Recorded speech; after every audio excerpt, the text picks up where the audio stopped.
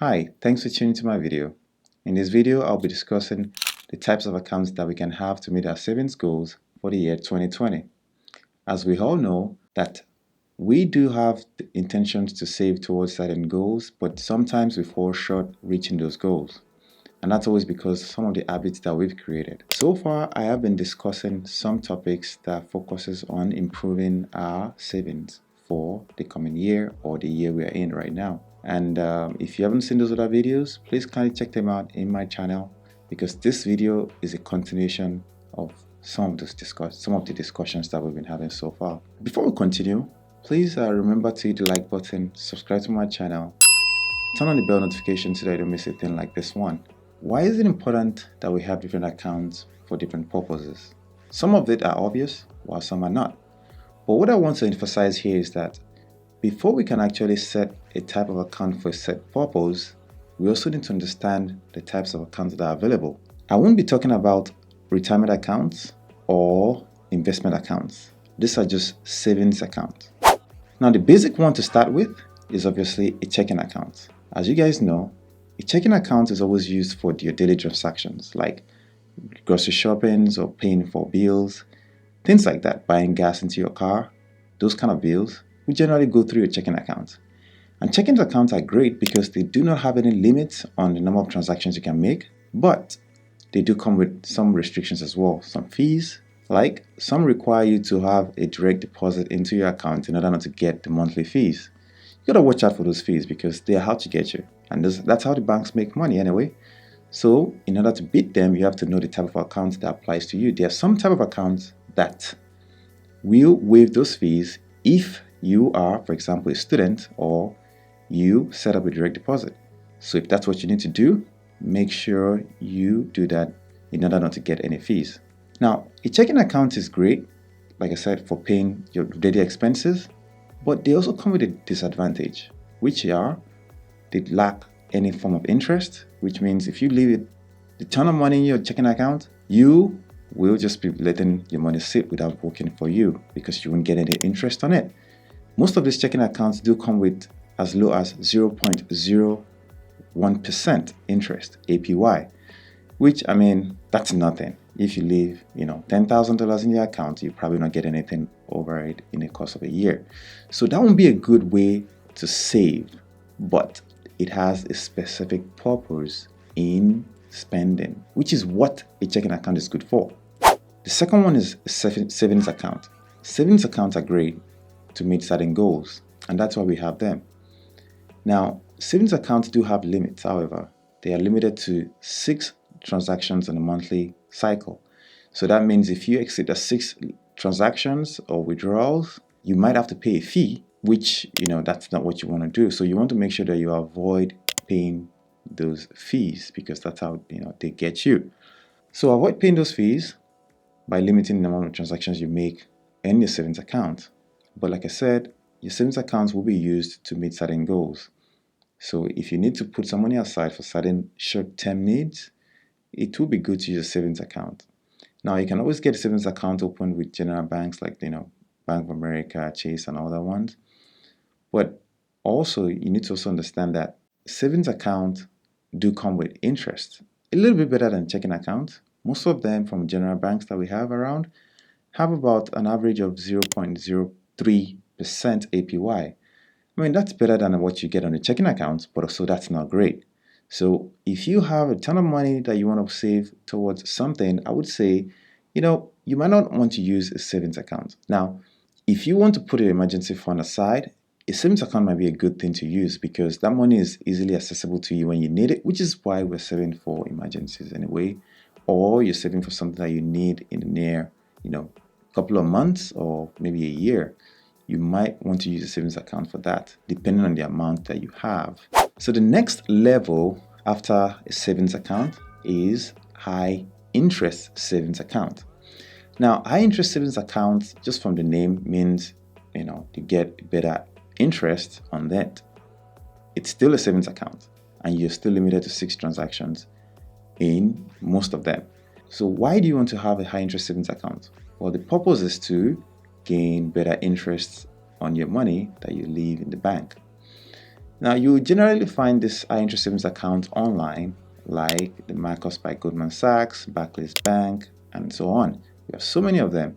And the good thing is that these guys do offer high interest rates from about 1.7 to about 1.85%. I mean, they can go as high as 2% if you, look around. But so far, these banks are doing great. They're online. You have to set up your account online and also run them through an online system, which is why they're able to have high interest rates on your savings, because they don't have to pay all the expenses that a regular brick and mortar bank pays on a monthly or yearly cycle. Those expenses do add up, which is why they cannot afford to pay you high interest rates like banks like Bank of America or Chase. They can afford to pay you high interest rates because they have so many banks around and they're paying rent fees or lease fees or whatever they have to pay for, so it gets expensive. So these high interest savings accounts that are operated online are mostly very cheap to operate because it's just an online system. So that's how they're able to afford to pay you high interest on your savings. These accounts are great for saving for down payments on a house and saving for a car, or things in the thousands of dollars. Yeah, you might want to use a high interest savings account because at the end of the day, you still want your money to make some money for you. And that's why you don't want to put it in a regular savings account. So if you have some money set aside to meet certain goals in the near future, and it's a lot of money, in thousands of dollars, I would say you should use a high interest savings account for that. So far, I've talked about 3 types of accounts. I've talked about the checking account, I've talked about the savings account, and I've talked about the high interest savings account. Even though the savings account and high interest savings account are quite close and related, they operate in different forms as well, even though they are both savings accounts. But let's give you an example here. Let's assume that you have $10,000 set aside for a certain goal, and you put it in a savings account or in a checking account or in a high interest savings account. How would you come out at the end of the year?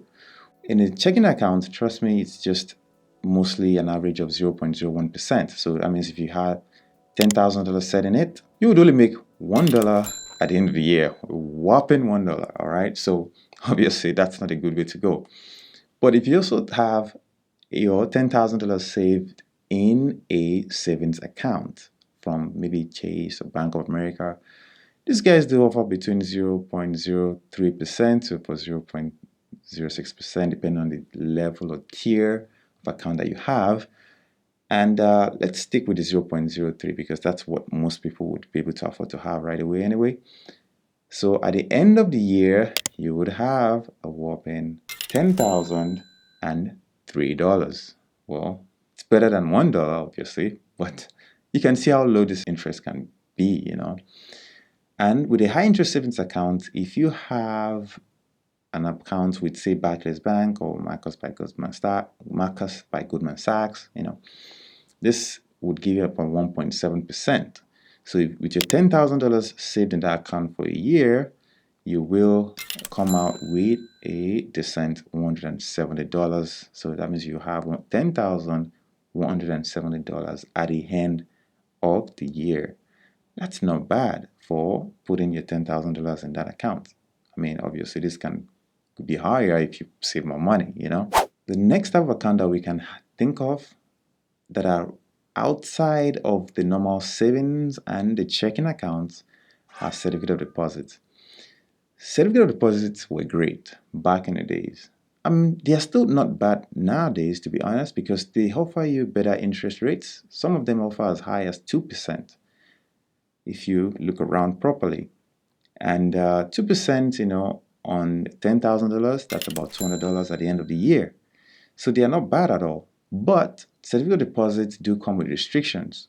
For example, if you set out to open a certificate of deposit, you are giving your money to the bank for a term or a duration. So let's say 1 year. So which means you cannot get access to your money within that 1 year without getting hit with a penalty. So if you open a certificate of deposit with a bank or an online savings account or any type of institution, there's always a term on it. Within that period, you don't want to withdraw from that money, pretty much, because if you do, you will have to pay a penalty.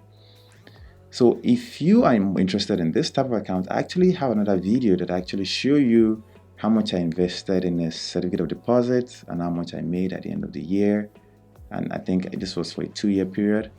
And just I explain even further what is certificate of deposit, the benefits and disadvantages and stuff like that. So if you're interested in that, I'm going to link it up above or in the comment section below so that you can check it out. All right. So I don't want to spend too much time talking about certificate of deposits because I already, like I said, have a video that shows you exactly how much I invested and goes into details of what a certificate of deposits are. So the next type of account that we have are money market accounts or money market funds.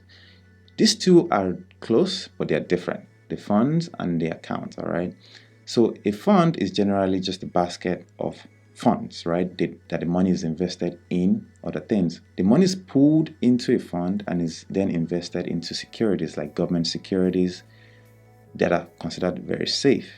And that's why the interest rate can be a modest 3% to 4% depending on the ones you have. For example, if you open one with Vanguard, they can give, as of last year, 2019, they actually had a return of about 4% on a money market fund. Mind you, you do not stand a chance of losing your money. So if you put your money in a money market fund, you tend to have a better interest rate. But the only thing with the funds is that you have to generally open with a higher deposit. Sometimes they can be as high as 3,000, 5,000 and above. So they can be more expensive to open up, but they're great accounts to save money if you have a lot of it. And the last type of account that I'd like to touch on, even though this is not necessarily for saving purposes, but you could also use it for saving money, are brokerage accounts. Now, like I mentioned earlier in the video, I said that I won't be talking about investments or investment accounts, but brokerage accounts are investment accounts. Basically, it's an account that you open where you can trade stocks or bonds or ETFs and other types of funds in it. Now, the reason why I'm talking about brokerage accounts is that if you do have some money that you won't be needing for quite some time, but you do not want to put in like a retirement account, or you do not want to put it into an account that you won't have access to your money for a while, but you're willing to take more risks on that money, then a brokerage account will be perfect for that. Because when you put your money in a brokerage account, you can invest it into stocks and bonds and ETFs and index funds, and you might, do well and do much better in terms of interests on your money over accounts like savings accounts, checking accounts, or high interest savings accounts, and so on. Because just imagine you put $10,000 in an index fund that tracks the S&P 500 in the year 2019, you would have come out with at least 25% in interest at the end of the year. That is pretty good, because that means if you put $10,000 in that account, you would have come out with at least $2,500 in profit. Now, obviously, that's excluding taxes. So if by the time you pay your taxes, it might be a little bit lower, but you will do way better than what you would get on a savings or high interest savings account. And that's why I decided to just mention this type of account also, because again, if you're willing to take more risk with your money because you won't be needing it in the long term, but you do not want to put it in something that you cannot get access to, like CDs or retirement accounts, then you might want to use a brokerage account. Now, another type of account that you can use, even though it's not intended to talk about this account in this video, but just came to my head right now while I was just talking about this, is a Roth IRA. Now, the benefit of a Roth IRA is that you are already taxed on your money. So whatever you make on that account won't be taxed as long as you take out the gains after you retire. Now, the point is, as long as you don't take out the gains from that account and you just take out whatever you put in the account. So let's assume that you put in $1,000, you can have access to your $1,000 without any penalty, as long as you don't take out the gains. If you take out the gains before your age, I believe it's 59 and a half, before your retirement age, then you would have to pay a penalty and a 10% fee, 10% penalty on those gains. There are so many accounts that are available to us. So it's all up to us to make sure that we use these accounts to the utmost benefit, because There's so many ones that we can choose from for different certain purposes that we come up with. Make sure you look into the fine print. Make sure you understand what you're investing your money in. Understand that I'm not a professional financial advisor, and I'm just a YouTube guy that likes to talk about money. If you have found value in this video, if you gained something, please kindly subscribe to my channel, turn on the notification bell, give this video a thumbs up, and I would like to see you in my next video, because we want to live a decent life. We want to live a great life. We want to live a comfortable life. We want to move forward and be able to pay for decent things in our lives, like shelter, transportation, travel on vacations, give money to the people that need it. And in order to do that, we need to be in a better situation. So if you're on this boat, please join along with me, support my channel, help my channel grow as well, and I'll see you in my next video. Let me know what you think. Let me know the other type of accounts that you guys use for certain purposes. Put in the comment section below, and I'd like to see them. Thank you so much for watching this video, and I'll see you next time.